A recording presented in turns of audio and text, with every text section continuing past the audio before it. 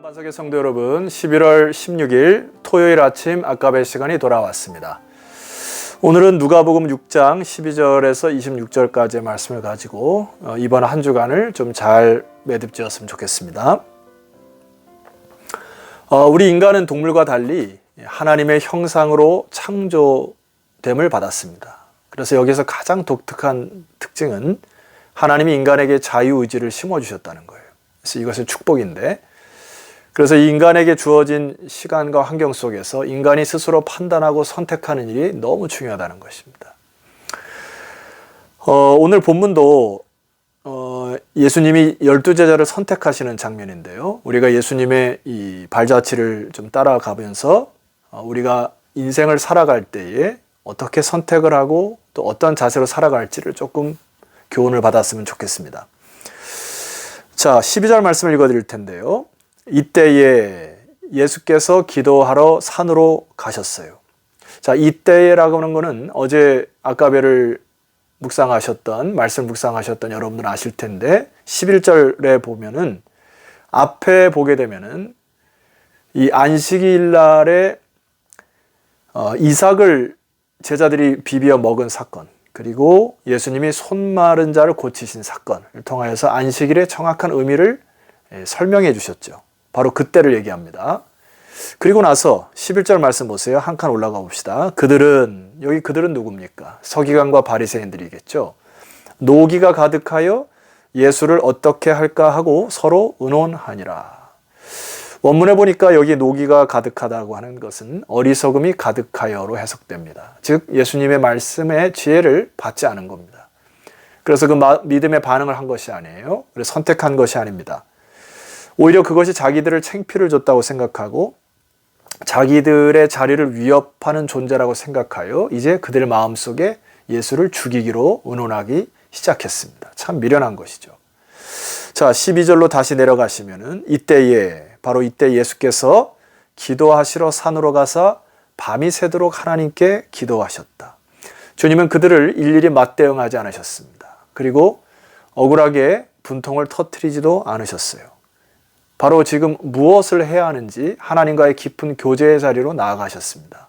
그래서 하나님과 밤이 맞도록 기도하신 이후에 그 다음의 일을 결정하고 판단하시죠. 여러분, 우리의 삶에서 이 자세가 얼마나 중요한지 모릅니다. 때로 우리가 이 현대의 삶을 살아가면서 너무나 많은 일들을 자기가 스스로 해결하려고 하기 때문에 이 화를 부르는 경우가 많아요. 그러나 오늘 주님처럼 내가 어떤 일을 나서서 스스로 해결하기보다는 하나님과의 깊은 관계를 통하여서 주님으로부터는 지혜를 얻으시기를 소망하고 또 하나님의 영이 감동하는 그런 일들이 여러분 삶 속에 체험이 있기를 소망합니다. 자, 주님이 하나님과 밤새도록 기도하신 이후에 이제 결단을 내리시고 하신 게 있어요. 그것이 13절입니다. 밝음에 그 제자들을 부르사 그 중에서 12를 택하여 사도라 칭하셨으니. 누가는 계속해서 제자라는 단어를 쓰다가 여기 13절에 보면 사도라는 단어를 아주 독특하게 사용하고 강조를 하고 있습니다. 사도라고 하는 단어는 여러분 아시다시피 아포스톨로스라고 하는 헬라어로서 보내심을 받은 자라는 뜻인데요. 이 아포스톨로스는 하나의 다른 의미가 있습니다. 아포라고 하는 것은 구별하다, 구분하다라는 전치사고요. 뒤에 스텔라라고 하는 단어는 바로 세운다라는 의미가 있습니다. 그러니까 주님이 제자들 중에서 12를 따로 어떤 목적을 위하여 세우셨다. 그래서 그들을 사도라 부르는 것입니다. 12제자는 예수님과 함께 동고동락을 한 사람으로서 주님이 그 12를 택하여 교회를 세우시기 위한 목적이었습니다. 그래서 사도들의 정확한 신앙 고백터 위에 예수님의 교회를 세우셨지 않습니까? 이것이 사도를 부르신 첫 번째 목적이고, 두 번째 목적은 그들을 통하여 성경을 기록하게 하는 목적이었습니다. 여러분이 아셔야 될 것은 예수님의 12 사도는 예수님 시대의 직책으로 끝납니다. 그러니까 그때 당시에 목적과 방향이 있었고 그들은 그들의 사명을 다한 것이죠. 오늘날 자꾸 그 신사도 운동이라는 단어들이 주변에서 자꾸 일어납니다. 예수님 시대의 사도의 권위나 사도의 은사, 역사, 기적과 같은 것들이 오늘날도 일어난다 해서 소위 자기를 사도라 칭하여 신사도처럼 자기를 사도의 권위와 사도의 은사와 기적을 일으키는 자로 착각하는 분들이 많은데요. 그것은 성경적이지 않습니다. 왜냐하면 사도로 가는 것은 예수님과 동고동락했던 그 시대에 특별한 목적을 위하여 두 가지 교회를 세우시고 또 성경을 기록하기 위하여 주님께서 특별히 부르신 사람들이죠. 만약에 오늘날 사도가 존재한다면 또 다른 예수가 존재해야 돼요. 그리고 그들의 이름으로 또 성경을 써야 되는, 이게 앞뒤가 말이 맞지 않습니다. 우리는 굳이 사도라 칭할 필요가 없죠. 우리는 주님의 제자로, 또 예수님 수많은 표현을 주셨지 않습니까? 친구로, 신부로. 또 각자의 삶의 자리에서 여러분을 부르셨다는 사실, 그거 하나를 기억하시고 각자의 삶에서 감사함으로 지내셨으면 좋겠습니다. 예수님이 이제 사도들을 부르셨고 또 오늘날 저와 여러분도 동일하게 각자의 삶의 위치에서 부르셨죠. 그리고 그들에게 축복의, 하나님의 나라와 영적 축복의 메시지를 선포하고 있습니다. 마태복음 5장에 보면 산상수훈이 나오는데요. 이 산상수훈과 여기에 내용이 조금 이제 흡사한 부분이 많은데, 여기 누가가 기록한 두 가지의 독특한 내용이 있습니다. 첫 번째는 구조적인 특징이 있어요. 그것은 무엇인고 하니, 예수님의 제자들을 부르신 이후에 바로 무엇이 축복이고 무엇이 화가 오는지 정확한 메시지를 그 뒤에 바로 선포합니다. 그러면서 제자들에게 너희들 앞으로 살아가려고 하면 이렇게 축복을 선택해야 하느니라 라고 하는 선택권의 의미를 두고 계십니다. 뿐만 아니라 또 다른 특징 하나는, 산상수훈, 마태복음 5장 산상수훈에 가면은 이제 복과 저주가 함께 드러나기도 합니다만은, 여기에 누가는 복에 대한 부분을 그룹으로 하나 묶고요. 그 다음에 화에 대한, 저주에 대한 부분을 한 그룹으로 묶어서 정확히 그들에게 두 가지로 설명을 하고 있습니다. 먼저 첫 번째 그룹 보시죠. 자, 복된 인생을 살아가는 것이 무엇인가를 네 가지로 얘기합니다. 첫 번째 20절입니다. 너희 가난한 자는 복이 있나니. 여러분, 여기 가난한 자는, 너희 가난한 자는 복이 있나니, 구체적으로 여기 이 사도로 택하심을 받은 예수님이 제자들 중에 사도들을 뽑아 그들에게 정확하게 그 자리에 있던 제자들을 향하여 말씀하십니다.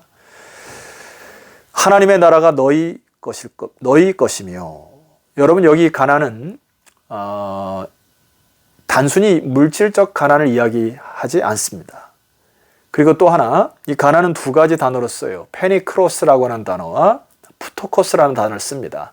페니크로스라고 하는 단어는 뭐 물질이 좀 없어도, 뭐가 좀 궁핍하여도 그래도 살아갈 수 있을 정도의 삶을 얘기하지만은, 푸토코스라고 하는 단어는 완전한 궁핍, 회복할 수 없는 궁핍의 상태, 내 영혼이 파산 선고를 받은 것과 같은 것을 바로 푸토코스라고 하는데, 여기에 이 가난은, 예수님께서 쓰신 단어는 바로 이 푸토코스라고 하는 단어입니다.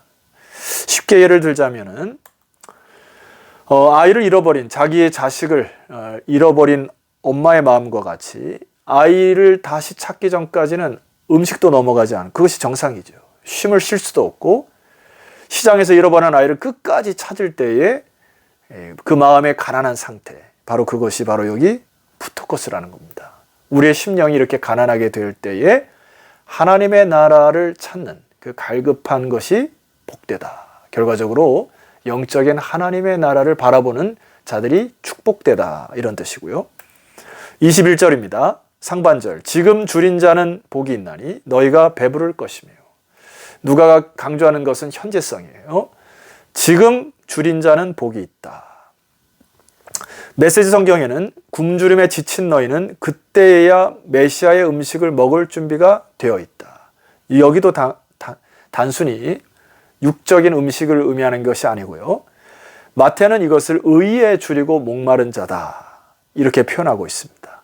인간의 선으로는 목마름을 채울 수가 없어요.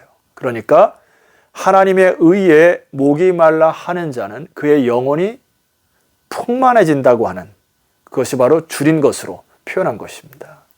세 번째는 21절 하반절, 지금 우는 자는 복이 있나니 너희가 웃을 것이며, 이것도 단순히 우리가 슬퍼서 우는 정도가 아닙니다. 죄로 인하여 모든 것이 깨어지고 부서지고 망가지고 또 찢겨지고 관계들이 완전히 뭉개진 그러한 현상들을 보고 애통하며 우는 것입니다. 그러나 그것을 보면서 애통하는 마음으로 하나님의 심장으로 이 세대를 바라볼 때 비로소 우리가 웃을 수 있다는 것입니다. 22절 네 번째는 인자로 말미암아 사람들이 너희를 미워하며 멀리하고 욕하고 너 이름을 악하다 하여 버릴 때는 너희에게 복이 있도다. 그날에 기뻐하고 뛰놀라. 하늘에서 너희 상이 크미니라. 그들의 조상들이 선지자들에게 이와 같이 하였느니라. 이사야와 예레미야 같은 선지자들은 그때 당시에 사람들의 귀에 좋은 말만 하지 않았습니다. 진리의 말씀, 다가올 그리스도 혹은 그들에게 진리로 꾸짖기도 하고, 그리함으로 많은 사람들에게 욕을 먹기도 하고 매맞음도 당했던 그런 거짓 선지자들과 같이 인자로 말미암아 너희들이 진리 안에서 있을 때 미워하고 멀리하고 욕하고 너 이름을 악하다 할 것인데 그것이 복되다 하는 것입니다. 왜 그럴까요? 예수님이 말씀하신 진리와 함께 또 주님과 함께 영과 함께 살아가는 자들은 세상과 다르게 살아갈 수밖에 없어요. 가치관이 다르기 때문에 그렇죠. 그러니까 세상 사람들이 그것을 불쾌하게 여기는 것입니다. 그럴 때 우리에게 복이 있다. 우리는 세상 사람과 다르게 살아가는 이 표징이 주님의 참된 제자임을 기뻐하시는 여러분 되었으면 좋겠습니다. 자, 화의 인생이 뭘까요? 24절부터 26절까지는 네 가지로 화를 이렇게 얘기합니다. 그러나 24절 화 있을진저 너희 부요한 자여 너희는 너희의 위로를 이미 받았느니라. 내가 이미 부족한 것 없이 다 갖추었다고 생각하는 사람들이 있습니다. 그래서 영적인 일에 전혀 관심이 없는 자들을 얘기해요. 그러나 너희들은 땅에서는 부요했으나 이미 위로를 다 받아서 이 땅에서 다 끝났다는 의미입니다. 25절 화 있을진저 너희 지금 배부른 자여 너희는 줄이리로다. 이 배부름이라고 하는 것은 자기의 의로 꽉 찬 상태를 의미합니다. 자기 자신으로 만족한 것으로 이 세상을 살아가면 화가 있다는 것이에요. 하반절 너희 지금 웃은 자여 너희가 애통하며 울리로다. 삶이 온통 재미와 즐거움과 쾌락만 쫓아 살다 보면 이미 너희들은 그것에 화가 있다는 것입니다. 왜냐하면 그렇게 산 것에 대한 대가와 심판이 기다리고 있다는 것입니다. 마지막 26절 모든 사람이 너희를 칭찬하면 화가 있도다. 그들의 조상들이 거짓 선지자들에게 이와 같이 하였느니라. 사람에게만 인정받으려고 하는 것은 화라는 것입니다. 인기를 얻는 것만 추구하면 화라는 거예요. 그것보다는 진실함을 추구하라는 것입니다. 자, 성도 여러분, 제가 짧은 시간에 주님께서 말씀하신 이 진리를 여러분에게 말씀드렸습니다. 복과 화가 우리 앞에 놓여 있습니다. 우리는 무엇을 선택하고 따라가느냐가 너무나 중요해요. 지금 가난하고 줄이고 울면 나중에는 하나님의 나라를 차지하게 될 것이고 배부르게 될 것이고 웃을 것입니다. 그러나 지금 부여하고 배부르고 웃고 쾌락에 즐기면 나중에는 줄이고 애통할 것이라는 것입니다. 예수님이 12 제자를 택하시고 이제 너희들이 주님의 나라를 위하여 살아갈 때 늘 축복과 저주, 복과 화의 기로에 서 있을 텐데 무엇을 선택하느냐가 너희들의 큰 인생을 결정할 것이라고 하는 주님의 메시지와 교훈입니다. 오늘 우리 안에게도 이 말씀에 놓여 있습니다. 하루하루 주님과 동행하여 축복의 길을 선택하시는 저와 여러분 되시기를 주의 이름으로 축원합니다. 기도드리겠습니다. 하나님 아버지 감사합니다. 우매한 우리 인생들에게 주님께서 조목조목 복과 저주에 대해서 말씀하시는 애 감사하고 이제 우리 안에 남아있는 인생의 많은 삶 가운데 주님의 영으로 충만하여 또 진리를 묵상하고 깨우쳐 참된 복의 길을 선택하는 믿음의 백성들이 다 되게 하옵소서. 예수 그리스도 이름으로 기도드렸사옵나이다. 아멘. 자, 성도 여러분, 내일은 거룩한 주일입니다. 주일날 아침 또 하나님과 함께 만나시는 축복의 길에 초대합니다. 여러분 선택이 중요합니다. 주일날 정결한 마음과 몸가짐으로 하나님 만나시는 축복의 아침이 되었으면 좋겠습니다. 내일 뵙겠습니다.